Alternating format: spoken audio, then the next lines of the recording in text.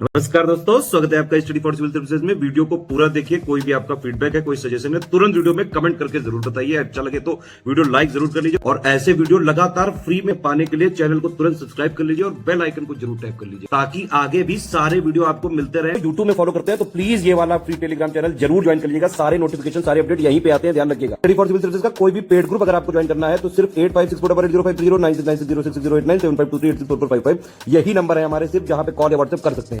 Instagram पे हमारा page जरूर फॉलो कर लीजिएगा, study4civil.services है। ट्विटर पे हमको जरूर फॉलो कर लीजिएगा, @study4civils है। सारे क्वेश्चन अटेम्प्ट करिए और स्कोर अपना तुरंत कमेंट करके बताइए। नमस्कार दोस्तों, आप सभी का स्वागत है स्टडी फॉर एग्जाम में। दोस्तों, यह लेखपाल के सामान्य अध्ययन सीरीज का 10वां वीडियो है। वीडियो शुरू करने से पहले मैं आपको बताना चाहता हूँ हमारे कई पेड ग्रुप चलते हैं। अगर आप इन पेड ग्रुप को लेना चाहते हैं तो दिए गए नंबर पर कॉल कर जानकारी प्राप्त कर सकते हैं। तो दोस्तों, देखते हैं आज का पहला प्रश्न लोग। 1862 में निम्न में से किस भारतीय को विधान परिषद में नामित नहीं किया गया था? आप लोगों के सामने 4 ऑप्शन है। पटियाला के महाराज, बनारस के राजा, आगरा के राजा या सरदिनकर राव। तो इसका जो सही आंसर है वो ऑप्शन सी, आगरा के राजा को विधान परिषद में नामित नहीं किया गया था। 1862 में लॉर्ड कैनिंग ने 3 भारतीयों को विधान परिषद में नामित किया था। उनमें पटियाला के महाराजा, बनारस के राजा और सरदिनकर राव थे। आते हैं अगला प्रश्न लोग। लोक लेखा समिति का गठन किस अधिनियम के अंतर्गत किया गया था? यहाँ पे 4 ऑप्शन, आप लोग ऑप्शन पढ़ लीजिए। इसका जो सही आंसर है वो ऑप्शन बी, भारत सरकार अधिनियम 1919 के अंतर्गत लोक लेखा समिति का गठन किया गया था। और लोक लेखा समिति का जो गठन किया गया था वह 1921 में किया गया था। लोक लेखा समिति 3 वित्तीय संसदीय समितियों में से एक है और अन्य जो 2 समितियां हैं वह एक प्राक्कलन समिति और दूसरा सार्वजनिक उपक्रम समिति है।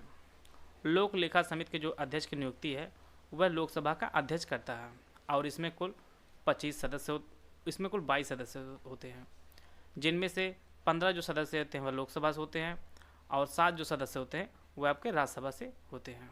तो टोटल कुल 22 सदस्य होते हैं, 15 लोकसभा से और 7 आपके राज्यसभा से सदस्य होते हैं। आते हैं अगला प्रश्न लोग। निम्नलिखित में से कौन सा जोड़ा सही सुमेलित नहीं हुआ, आपको पहचानना है। आप लोग ऑप्शन पढ़ लीजिए। इसका जो सही आंसर है वो ऑप्शन बी, 21वां संविधान संशोधन जो हुआ था वह 1969 में नहीं हुआ था बल्कि 1967 में हुआ था। और इस संशोधन में सिंधी भाषा को 8वीं अनुसूची में जोड़ा गया था 21वें संविधान संशोधन द्वारा। बाकी जो तीनों ऑप्शन वह सही है कि 10वां जो संविधान संशोधन हुआ था 1961 में हुआ था, 42वां संविधान संशोधन आपका 1976 में हुआ था और 68वां संविधान संशोधन 1991 में हुआ था। तो इसका जो दूसरा ऑप्शन है वह सही है। आए अगला प्रश्न लोग। शरीर के किस भाग में पित्त का निर्माण होता है? तिल्ली, पित्ताशय की थैली, यकृत या पैंक्रियाज। तो इसका जो सही आंसर है वो ऑप्शन सी, यकृत। पित्त का जो निर्माण होता है वह यकृत में होता है और यह जो है पित्ताशय में जाकर जमा होता है और यह गहरे पीले रंग का होता है और यह आपके पाचन में सहायक होता है। यह जो पित्त होता है यह पाचन में सहायक होता है और इसका निर्माण यकृत में होता है। आते हैं अगला प्रश्न लोग। तारापुर नाभिकीय ऊर्जा प्लांट महाराष्ट्र में स्थित है। इसकी स्थापना अमेरिका के सहयोग से कब हुई थी? 1984, 1954, 1969 या 1964। तो इसका जो सही आंसर है वह ऑप्शन सी, 1969 में।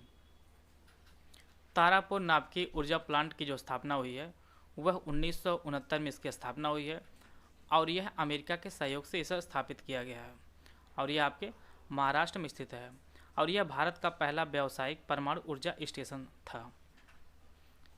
आते हैं अगला प्रश्न लो। भारत में पहला आर्थिक सर्वेक्षण कब प्रस्तुत किया गया था? यहाँ पे 4 ऑप्शन दिया गया, आप लोग ऑप्शन पढ़ लीजिए। इसका जो सही आंसर है वो ऑप्शन सी, 1950-51 में भारत का पहला आर्थिक सर्वेक्षण प्रस्तुत किया गया था और इसे जो है बजट के एक दिन पहले पेश किया जाता है और इसे देश के मुख्य आर्थिक सलाहकार जो होते हैं वह पेश करते हैं। अभी हाल ही में अनंत नागेश्वरन जो भारत के मुख्य आर्थिक सलाहकार हैं उन्होंने आर्थिक सर्वेक्षण प्रस्तुत किया है? तो पहला आर्थिक सर्वेक्षण 1950-51 में प्रस्तुत किया गया था। आते हैं अगला प्रश्न लोग।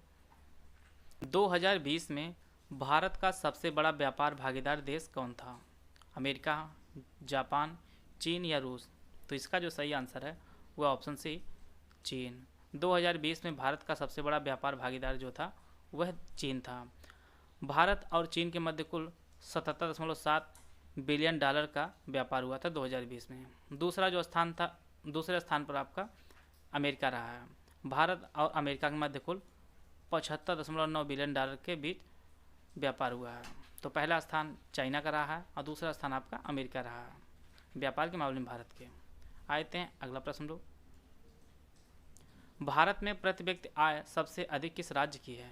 उत्तर प्रदेश, महाराष्ट्र, दिल्ली या गोवा? तो इसका जो सही आंसर है वो ऑप्शन डी गोवा। भारत में प्रति व्यक्ति आय सबसे अधिक गोवा की है। तो इसका जो ऑप्शन डी है वह सही है। आते हैं अगला प्रश्न लोग। भारतीय वन स्थिति रिपोर्ट को द्विवार्षिक रूप से भारतीय वन सर्वेक्षण द्वारा कब से प्रकाशित किया जा रहा है? 1980, 1987, 1990 या 1975? तो इसका जो सही आंसर है वह ऑप्शन बी 1987। भारतीय वन स्थिति रिपोर्ट को प्रत्येक 2 वर्ष में प्रकाशित किया जाता है और इसे भारतीय वन सर्वेक्षण द्वारा इसे प्रकाशित किया जाता है और पहली बार इसका प्रकाशन 1987 में हुआ था। अभी हाल ही में इसका 17वां संस्करण जारी किया गया है और इसे जो है भूपेंद्र यादव ने इसे जारी किया है। आते हैं अगला प्रश्न लोग। वन सर्वेक्षण रिपोर्ट 2021 के अनुसार देश का कुल वन और वृक्षों से भरा क्षेत्र 80.9 मिलियन हेक्टेयर है। यह पूरे देश के कुल भौगोलिक क्षेत्र का कितना प्रतिशत है? यहाँ पे ऑप्शन आप लोग ऑप्शन पढ़ लीजिए। तो इसका जो सही आंसर है वो ऑप्शन सी 24.62%। देश का कुल वन और वृक्षों से भरा जो क्षेत्र है वह कुल 80.9 मिलियन हेक्टेयर है और यह कुल भौगोलिक क्षेत्र का 24.62% है। आते हैं अगला प्रश्न लोग। परशुराम कुंड मेला किस राज्य में मनाया जाता है? झारखंड, महाराष्ट्र, गुजरात या अरुणाचल प्रदेश? तो इसका जो सही आंसर है वो ऑप्शन डी अरुणाचल प्रदेश। परशुराम कुंड मेला यह अरुणाचल प्रदेश में मनाया जाता है और यह हर साल मकर संक्रांति के दिन मनाया जाता है और मकर संक्रांति हर साल 14 जनवरी को होती है। आते हैं अगला प्रश्न लोग। स्वाधीनता पुरस्कार किस देश का सर्वोच्च नागरिक सम्मान है? नागरिक पुरस्कार आपका है पाकिस्तान, अमेरिका, बांग्लादेश या ब्राज़ील? तो इसका जो सही आंसर है वह ऑप्शन सी बांग्लादेश। स्वाधीनता पुरस्कार बांग्लादेश का सर्वोच्च नागरिक पुरस्कार है और अभी हाल ही में कुल 9 लोगों को दिया गया है पुरस्कार 2021 में और इसे 1977 से प्रारंभ किया गया है और इसके तहत कुल 5 लाख टका जो वहाँ की करेंसी है 5 लाख टका और 1 स्वर्ण पदक प्रदान किया जाता है। जैसा कि आप लोग जानते हैं कि बांग्लादेश का जो गठन है वह 1971 में हुआ है। यह भी आप लोग नोट कर लीजिएगा। आते हैं अगला प्रश्न लोग। हाल ही में भारत और किस देश के बीच डस्टलिक अभ्यास का दूसरा संस्करण आयोजित किया गया? उज्बेकिस्तान, अफगानिस्तान, जापान या तुर्की? तो इसका जो सही आंसर है वह ऑप्शन ए उज्बेकिस्तान। भारत और उज्बेकिस्तान के बीच डस्टलिक अभ्यास का दूसरा संस्करण आयोजित हुआ है और यह उत्तराखंड के रानी खेत में आयोजित हुआ है और इसका जो पहला संस्करण है वह आपका 2019 में आयोजित हुआ है। बात करते हैं उज्बेकिस्तान की, तो वर्तमान में उज्बेकिस्तान की जो राजधानी है वह आपके ताशकंद जो है वह उज्बेकिस्तान की राजधानी है। आते हैं अगला प्रश्न लो। आयुष्मान भारत योजना के स्वर्ण कार्ड बनाने का अभियान किस राज्य सरकार ने शुरू किया है? असम, गुजरात, उत्तर प्रदेश या मिजोरम? तो इसका जो सही आंसर है वो ऑप्शन सी उत्तर प्रदेश। आयुष्मान भारत योजना के स्वर्ण कार्ड बनाने का जो अभियान है यह उत्तर प्रदेश सरकार ने शुरू किया है और आयुष्मान भारत योजना की जो शुरुआत हुई है वह आपके 2018 में इसकी शुरुआत हुई है। आते हैं अगला प्रश्न लोग।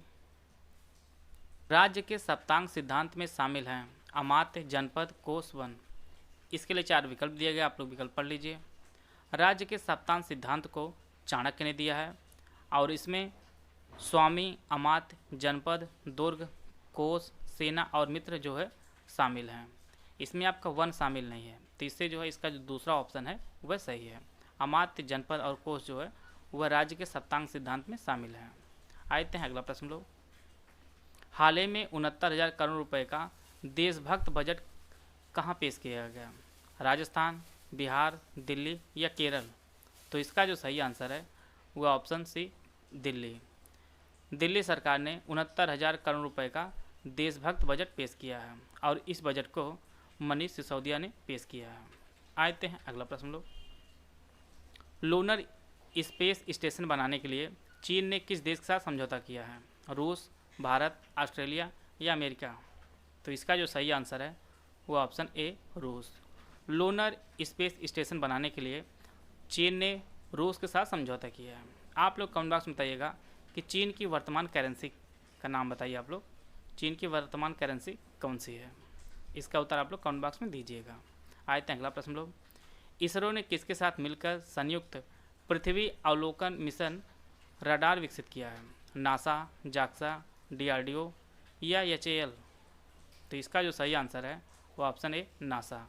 इसरो ने नासा के साथ मिलकर पृथ्वी अवलोकन मिशन रडार विकसित किया है। इसका जो ऑप्शन ए है वह सही है। आते हैं अगला प्रश्न लोग। द क्रिसमस पिग उपन्यास किसने लिखा है? चेतन भगत, अरुंधति राय, मिशेल ओबामा या जेके रावलिंग? तो इसका जो सही आंसर है वो आपका option D the Christmas pig उपन्यास जो है यह जेके रावलिंग ने लिखा है और इनका सबसे प्रसिद्ध जो उपन्यास है वह हैरी पॉटर है, इनका सबसे प्रसिद्ध उपन्यास। आते हैं अगला प्रश्न लोग। निम्नांकित में से कौन सा एक देश हार्न ऑफ अफ्रीका में स्थित है? तंजानिया, मिस्र, सूडान या इथोपिया? तो इसका जो सही आंसर है वह option D Ethiopia. Horn of Africa में इथोपिया शामिल है, जिबूती है, इरिट्रिया है और सोमालिया शामिल है। तो इसका जो ऑप्शन डी है वह सही है। आए अगला प्रश्न लोग। किस भूगोलवेत्ता ने मिस्र को नील नदी का वरदान कहा है? हेरोडोटस, होमर, कोलंबस या वेरिनस? तो इसका जो सही आंसर है वो ऑप्शन ए हेरोडोटस। हेरोडोटस ने मिस्र को नील नदी का वरदान कहा है और हेरोडोटस को फादर ऑफ हिस्ट्री कहा जाता है, इतिहास का पिता हेरोडोटस को कहा जाता है। आते हैं अगला प्रश्न लोग, देखते हैं। अंगोरा ऊन किससे प्राप्त होता है? लोमड़ी से, खरगोश से, भेड़ से या बिल्ली से? तो इसका जो सही आंसर है वो ऑप्शन बी खरगोश से। अंगोरा ऊन जो है यह खरगोश से प्राप्त होता है और यह अत्यधिक मुलायम होता है। इसका जो दूसरा ऑप्शन है वह सही है। आए अगला प्रश्न लोग। निम्नलिखित में से कौन प्रस्थान त्रय में सम्मिलित नहीं है? भगवद गीता, वेद, ब्रह्मसूत्र, उपनिषद? तो इसका जो सही आंसर है वह ऑप्शन बी वेद। प्रस्थान त्रय में वेद नहीं शामिल है। प्रस्थान त्रय में भगवद गीता, ब्रह्मसूत्र और उपनिषद शामिल है। वेदों की जो कुल संख्या वह 4 है। ऋग्वेद, सामवेद, अथर्ववेद और यजुर्वेद। वेदों की जो कुल संख्या है वह 4 है आपका।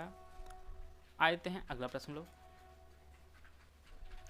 राष्ट्रीय गोकुल मिशन की शुरुआत कब हुई थी? यहाँ पे 4 ऑप्शन दिया गया, आप लोग ऑप्शन पढ़ लीजिए। इसका जो सही आंसर है वो ऑप्शन ए 28 जुलाई 2014 को राष्ट्रीय गोकुल मिशन की शुरुआत हुई है और इस मिशन की जो शुरुआत है वह कृषि मंत्री राधा मोहन सिंह ने की थी और यह स्वदेशी गायों के संरक्षण और नस्लों के विकास को प्रोत्साहित करने के लिए इसे शुरू की गई थी। राष्ट्रीय गोकुल मिशन की 28 जुलाई 2014 को इसकी शुरुआत की गई थी। आए थे अगला प्रश्न लोग। वारेन हेस्टिंग ने कलकत्ता मदरसा की स्थापना कब की थी? 1778, 1777, 1779 या 1781? तो इसका जो सही आंसर है वो ऑप्शन डी 1781 में वारेन हेस्टिंग ने कलकत्ता मदरसा की स्थापना की थी और यह जो है मुस्लिम कानून के अध्ययन और अध्यापन के लिए इसकी स्थापना की थी। वीडियो अगर आपको अच्छा लगा तो आप लाइक कर सकते हैं, चैनल सब्सक्राइब कर लीजिए। वीडियो को पूरा देखने धन्यवाद। जय हिंद, जय भारत।